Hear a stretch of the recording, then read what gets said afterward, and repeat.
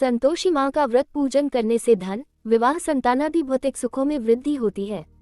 यह व्रत शुक्ल पक्ष के प्रथम शुक्रवार से शुरू किया जाता है। संतोषी माता के व्रत की पूजन विधि। सुख सौभाग्य की कामना से माता संतोषी के 16 शुक्रवार तक व्रत किए जाने का विधान है। सूर्योदय से पहले उठकर घर की सफाई इत्यादि पूर्ण कर लें। स्नान आदि के पश्चात घर में किसी सुंदर व पवित्र जगह पर माता संतोषी की प्रतिमा या चित्र स्थापित करें। तारांकन माता संतोषी के सम्मुख एक कलश जल भर कर रखें। कलश के ऊपर एक कटोरा भरकर गुड़ व चना रखें। तारांकन माता के समक्ष एक घी का दीपक जलाएं। तारांकन माता को अक्षत, फूल, सुगंधित गंध, नारियल, लाल वस्त्र या चुनरी अर्पित करें। तारांकन माता संतोषी को गुड़ व चने का भोग लगाएं। संतोषी माता की जय बोलकर माता की कथा आरंभ करें। इस व्रत को करने वाला कथा कहते व सुनते समय हाथ में गुड़ और भुने हुए चने रखे। सुनने वाला प्रगट संतोषी माता की जय इस प्रकार जय जयकार मुख से बोलता जावे। कथा समाप्त होने पर हाथ का गुड़ और चना गाय को खिला देवे। कलश के ऊपर रखा गुड़ और चना सभी को प्रसाद के रूप में बांट देवे। कथा से पहले कलश को जल से भरे और उसके ऊपर गुड़ व चने से भरा कटोरा रखे। कथा समाप्त होने और आरती होने के बाद कलश के जल को घर में सब जगहों पर छिड़के और बचा हुआ जल तुलसी की क्यारी में सींच देवे। बाजार से गुड़ मोल लेकर और यदि गुड़ घर में हो तो वही काम में लेकर व्रत करे। व्रत करने वाले को श्रद्धा और प्रेम से प्रसन्न मन से व्रत करना चाहिए। विशेषतः इस दिन व्रत करने वाले स्त्री पुरुष को ना ही खट्टी चीजें हाथ लगानी चाहिए और ना ही खानी चाहिए। संतोषी माता की व्रत कथा। एक बुढ़िया थी जिसके 7 बेटे थे।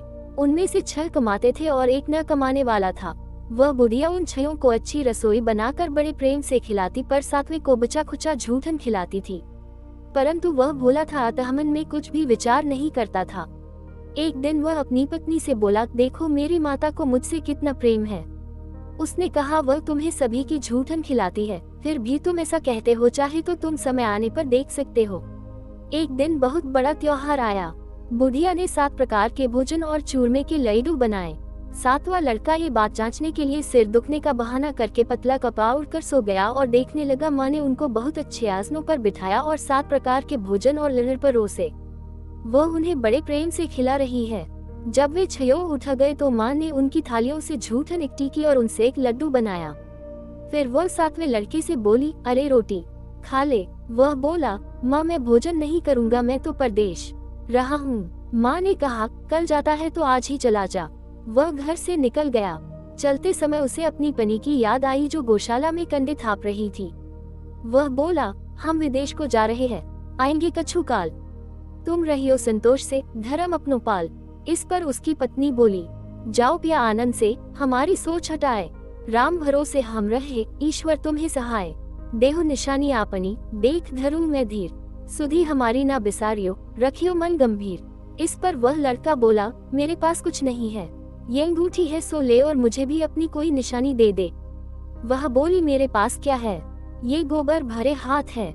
ये कहकर उसने उसकी पीठ पर गोबर भरे हाथ की थाप मार दी। वह लड़का चल दिया। ऐसा कहते हैं, इसी कारण से विवाह में पत्नी पति की पीठ पर हाथ का छापा मारती है।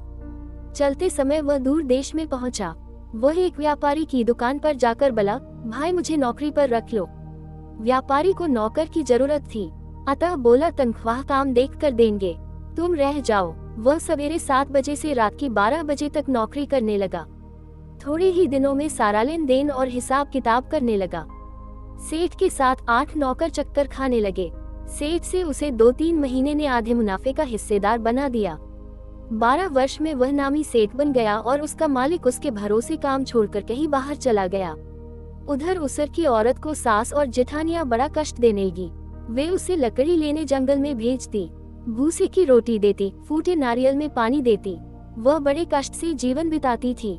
एक दिन जब वह लकड़ी लेने जा रही थी तो रास्ते में उसने कई औरतों को व्रत करते देखा। वह पूछने लगी, बहनों ये किसका व्रत है, कैसे करते हैं और इससे क्या फल मिलता है?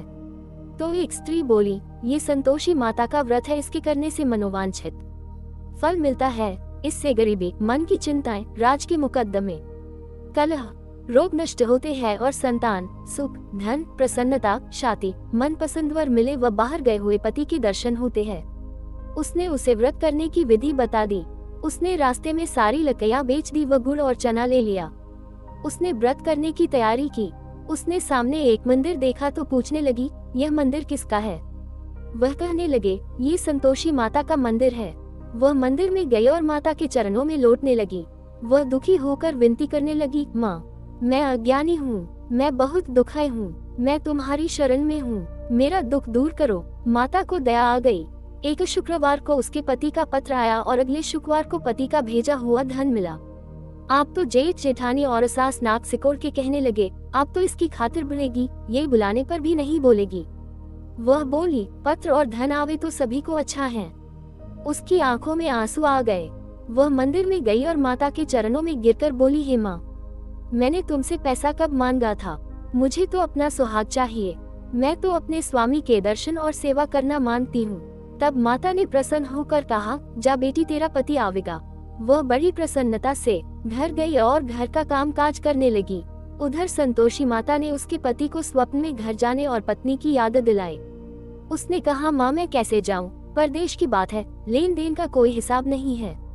माँ ने कहा, मेरी बात मान, सवेरे नहा धोकर मेरा नाम लेकर घी का दीपक जलाकर दंडवत करवा की दुकान पर बैठना। देखते देखते सारा लेन देन साफ हो जाएगा, धन का ढेर लग जाएगा। सवेरे उसने अपने स्वप्न की बात सभी से कही तो सब दिल्लगी उड़ाने लगे। वे कहने लगे कि कहीं सपने भी सत्य होते हैं। पर एक बूढ़े ने कहा, भाई, जैसे माता ने कहा है वैसे करने में का डर है। उसने नहा धोकर माता को दंडवत करने घी का दीपक जलाया और दुकान पर जाकर बैठ जाया। थोड़ी ही देर में सारा लेन देन साफ हो गया, सारा माल बिक गया और धन का ढेर लग गया। वह प्रसन्न हुआ और घर के लिए गहने और सामान वगैरह खरीदने लगा। वह जल्दी ही घर को रवाना हो गया। उधर बेचारी उसकी पत्नी रोज लकड़ियां लेने जाती और रोज संतोषी माता की सेवा करती। उसने माता से पूछा, हे माँ, ये धूल कैसी उड़ रही है? माता ने कहा, तेरा पति आ रहा है, तुम लकड़ियों के 3 बोझ बना ले। एक नदी के किनारे रख, एक यहाँ रख और तीसरा अपने सिर पर रख ले। तेरे पति के दिल में उस लकड़ी के गट्टे को देखकर मोह पैदा होगा। जब वह यहाँ रुककर नाश्ता पानी करके घर जाएगा, तब तू लकड़ियां उठाकर घर जाना और चौक के बीच में गटरा डालकर जोर जोर से 3 आवाजें लगाना। सासू जी, लकड़ियों का गटुआ लो, भूसे की रोटी दो और नारियल के खोपड़े में पानी दो। आज मेहमान कौन आया है? इसने माँ के चरण छुए और उसके कहे अनुसार सारा कार्य किया। वह तीसरा गटूर लेकर घर गई और चौक में डालकर कहने लगी, सासू जी, लकड़ियों का गट्टू लो, भूसे की रोटी दो, नारियल के खोपड़े में पानी दो, आज मेहमान कौन आया है? ये सुनकर सास बाहर आकर कपट भरे वचनों से उसके दिए हुए कष्टों को भुलाने ले लिए कहने लगी, बेटी, तेरा पति आया है, आप मीठा भात और भोजन कर और गहने कपड़े पहन। अपनी माँ के ऐसे वचन सुनकर उसका पति बाहर आया और अपनी पत्नी के हाथ में अंगूठी देखकर व्याकुल हो उठा। उसने पूछा, ये कौन है? माँ ने कहा, ये तेरी बहू है, आज 12 बरस हो गए, ये दिन भर घूमती फिरती है, काम काज करती नहीं है, तुझे देखकर नखरे करती है। वह बोला, ठीक है, मैंने तुझे और इसे देख लिया है, अब मुझे दूसरे घर की चाबी दे दो, मैं उसमें रहूंगा। माँ ने कहा, ठीक है, जैसी तेरी मर्जी, और उसने चाबियों का गुच्छा पटक दिया। उसने अपना सामान तीसरी मंजिल के ऊपर के कमरे में रख दिया। एक ही दिन में वे राजा के बाट वाले बन गए। इतने में अगला शुक्रवार आया। बहू ने अपनी पति से कहा, मुझे संतोषी माता के व्रत का उद्यापन करना है। वह बोला, बहुत अच्छा, खुशी से कर ले। जल्दी ही उद्यापन की तैयारी करने लगी।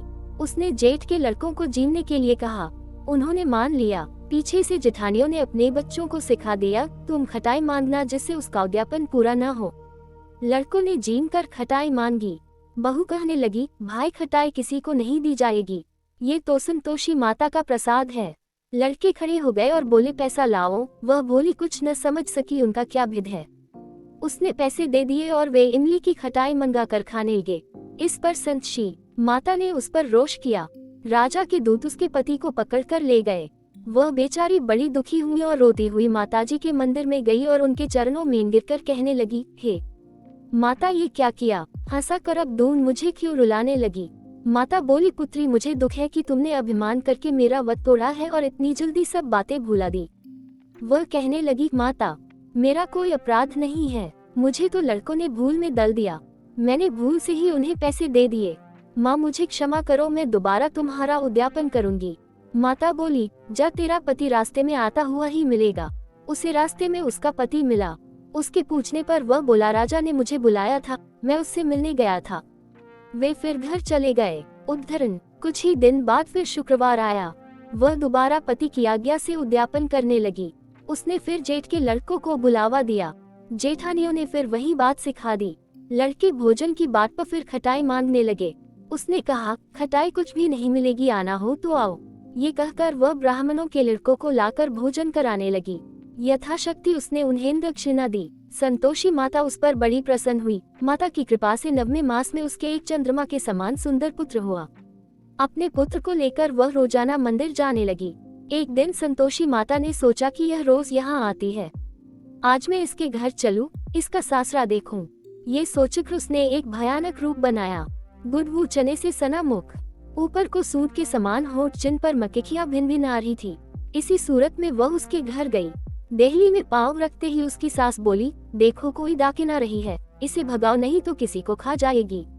लड़के भागकर खिड़की बंद करने लगे। 7वें लड़के की बहू खिड़की से देख रही थी। वह वहीं से चिल्लाने लगी, आज मेरी माता मेरे ही घर आई है। ये कहकर उसने बच्चे को दूध पीने से हटाया।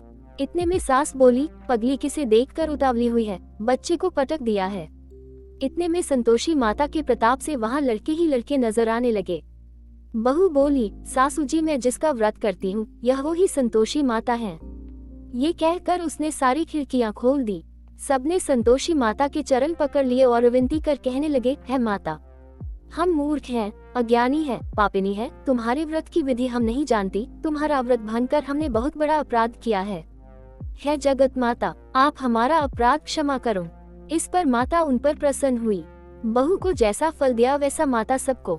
आरती, जय संतोषी माता मैया, जय संतोषी माता, अपने सेवक जन को सुख संपत्ति दाता। सुंदर चीर सुनहरी माँ, धारण कीन हो, हीरा पन्ना दमके, तन श्रृंगार लीन हो।